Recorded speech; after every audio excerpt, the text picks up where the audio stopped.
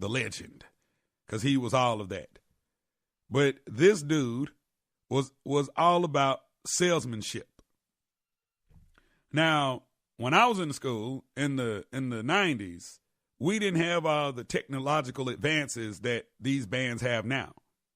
You know, if you go to YouTube, you may or may not be able to find some halftime shows from, you know, my day in the band. I think I've seen maybe 4 or 5 because we just didn't have the technology.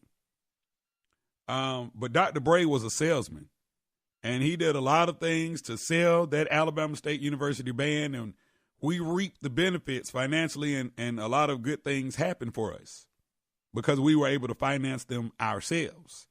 Florida A&M, the same way. A lot of these bands, you know, have done different things but getting back to Bama State. You know, now you have a guy like Dr. Oliver, who, again, is the ultimate salesman.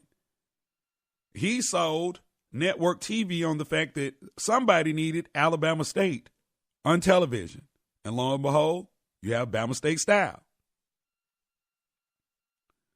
If I'm not mistaken, who was that? Jackson State had like a mini series on what was it, CNN or something like that about the J5, like, you know, the making of the J5 or something. I think it was CNN. But you have to go out and be creative. And a lot of times I think we lack creativity, and then we get upset and have an attitude and have this handout, not a hand up type mentality. So we got to get out of that. So again, big shouts out to Southern. I haven't had that Cane's chicken, but I'd like to have some. Not now, because of course I'm still trying to recover from this barbecue overdose from last night. I'm just not as young as I used to be. This is the HBCU Report, being heard via the Two Live Stews Radio Network. Don't forget, follow us on social media, Instagram and Twitter at HBCU Report. Our content partner, check us out, sportsnewsandbrews.com. Don't forget, we are looking for contributors for the website. So hit us up, hbcureport@gmail.com. Coming up on the other side, we will talk with the head football coach of the North Carolina Central University Eagles, our good friend Jerry Mack, one of the hottest coaches in all of HBCU football. Well, in all of football, period. This dude is a coach, and he's up next right here on the HBCU Report. Dave, what are you doing? Just sending a gift to Dave 2037. Who? Me in the future. I save a little money from every paycheck as a gift to Dave 2037, so he can spend it on things like anti-gravity boots or a hologram Doberman, something cool like that. I think Dave 2037 deserves it. He worked hard. What are you getting Steve 2037? I guess I was thinking Steve 2037 would just fend for himself. Well, all right, but don't expect to be borrowing my anti-gravity boots. You want to have money in your future? You got to start saving now. Putting some money from every paycheck into a savings account or contributing to your 401k can make a big difference later. Put away a few bucks, feel like $1 million. For free ideas and easy ways to save, go to feedthepig.org. That's feedthepig.org. Hey, let's just hope Steve 2037 doesn't get his hands on a cold time machine, because he is going to come back here and knock some sense into you. This message brought to you by the American Institute of Certified Public Accountants and the Ad Council. HBCU sports fans, you finally have a voice. The HBCU experience lives here. This is the HBCU Report with Rob Calloway. This is the HBCU Report, being heard via the Two Live Stews Radio Network. Rob Calloway here with you. Thank you guys for tuning in, however you may be listening. Don't forget to check out our content partners, sportsnewsandbrews.com. When we're not here, we're there, and there is sportsnewsandbrews.com, your official source for sports, black news, political news, and the latest on your favorite craft beers. And right now, we're being joined by one of the hottest coaches in HBCU football. Has been that way for the past few years. Talking about Jerry Mack, head football coach of the North Carolina Central University Eagles. They are taking on Norfolk State today at O'Kelly Riddick Stadium, 2 o'clock, looking to extend that MEAC win streak. First of all, Coach, welcome back to the HBCU Report. No problem. Thank you for having me, Rob. Not a problem, man. So the last time I saw you, Coach, right here in the ATL Celebration Bowl, you guys came up like a point short of claiming victory. So how have things, transpired, or how have things progressed since that final game of last season? Well, it was obviously heartbreaking to lose that game, but we used it as motivation to go into the off season and train. And with the exposure that we got from the Celebration Bowl, I think we were able to get some nice transfers, and also our high school signing class was a really good class. We felt like our star quarterback from this upcoming year, he actually came out of that class that we just signed at the beginning of the year in 17. So, we worked very hard during the off season in spring and got some guys acclimated, got some new faces in the program.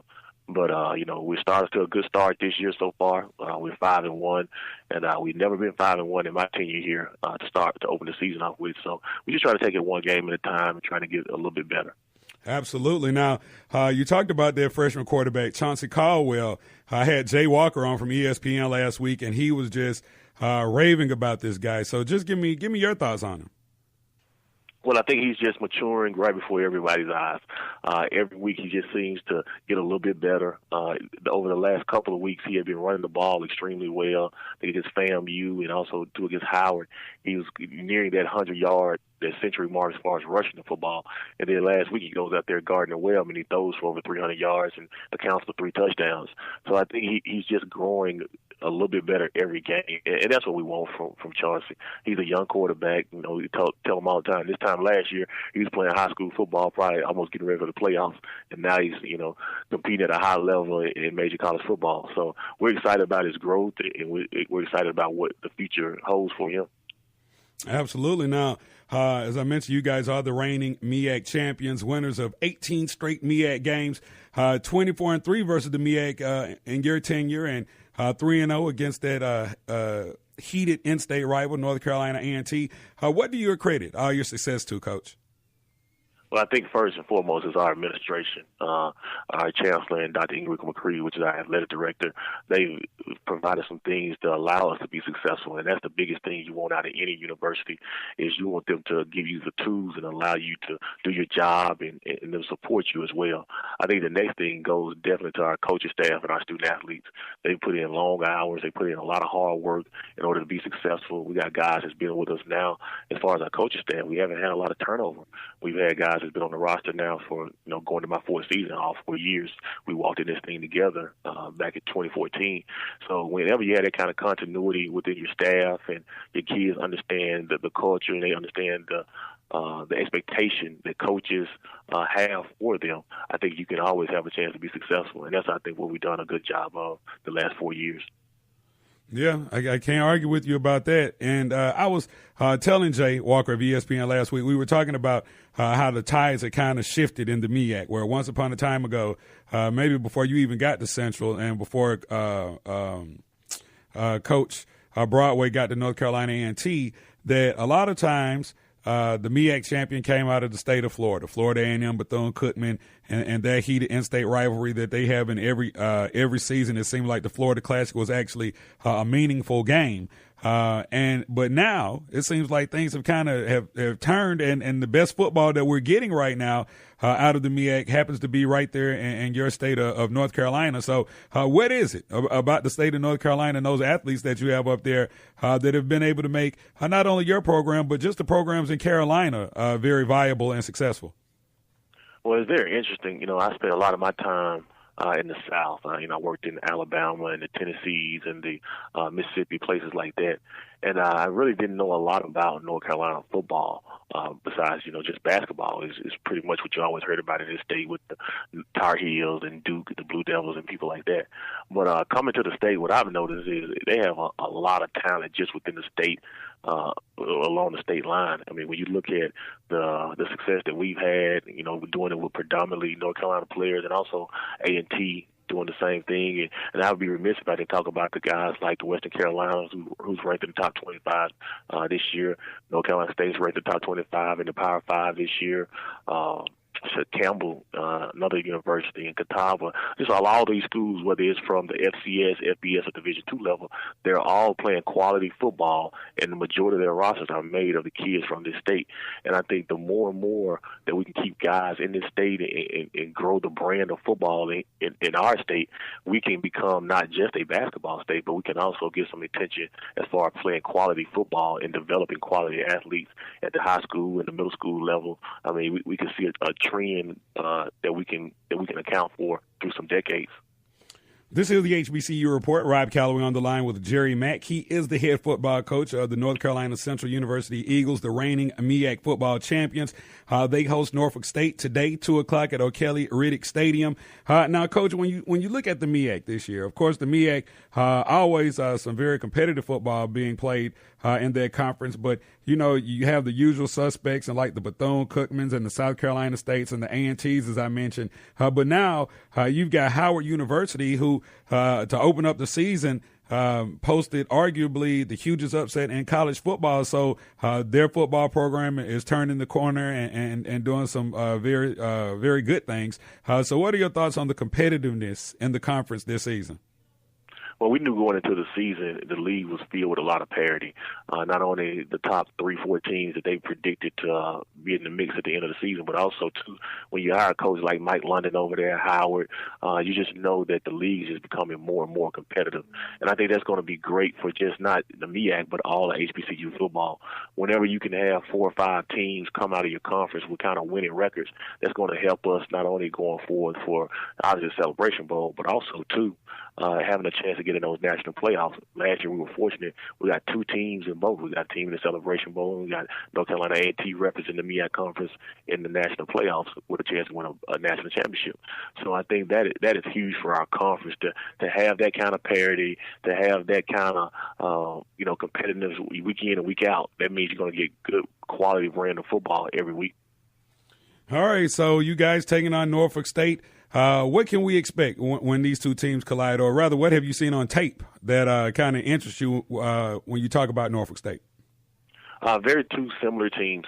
When you look at us playing a true freshman quarterback, they're doing the same thing. They got a young man back there. He's probably the feature of their program, and he's very good. Coach Scott has done a great job of putting together a quality roster. You can look at their 2 deep. You see a lot of freshman, sophomore type guys playing, just like you can look at our 2 deep on offense. You see a lot of freshmen and sophomore playing. So we're very similar as far as the styles of our rosters and how it's set up.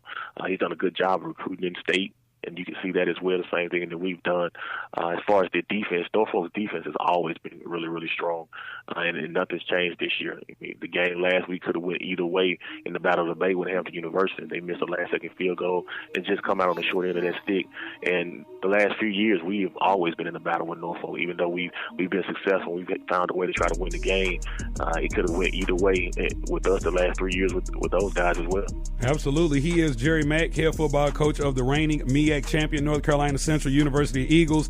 2 o'clock kickoff, O'Kelly Riddick Stadium. Norfolk State University is the opponent, putting that 18-game win streak versus MEAC opponents on the line today. Coach, thank you so much for joining us on the HBCU Report, and we look forward to talking to you next month as we get everybody ready for that big matchup against A&T. Thanks, Rob. The HBCU experience lives here. The HBCU Report with Rob Calloway. We'll be right back. Hey, what's up, everybody? I'm Jason Derulo. I love that music connects to people all over the country. But unfortunately, so does something else. Childhood hunger. 15 million kids struggle with hunger right here in America. And yet, every year, billions of pounds of surplus food in the U.S. go to waste instead of going to the children in need. Feeding America is working to change this. The Feeding America nationwide network of food banks rescues this surplus of food to help provide meals to families in virtually every community in the United States, including yours.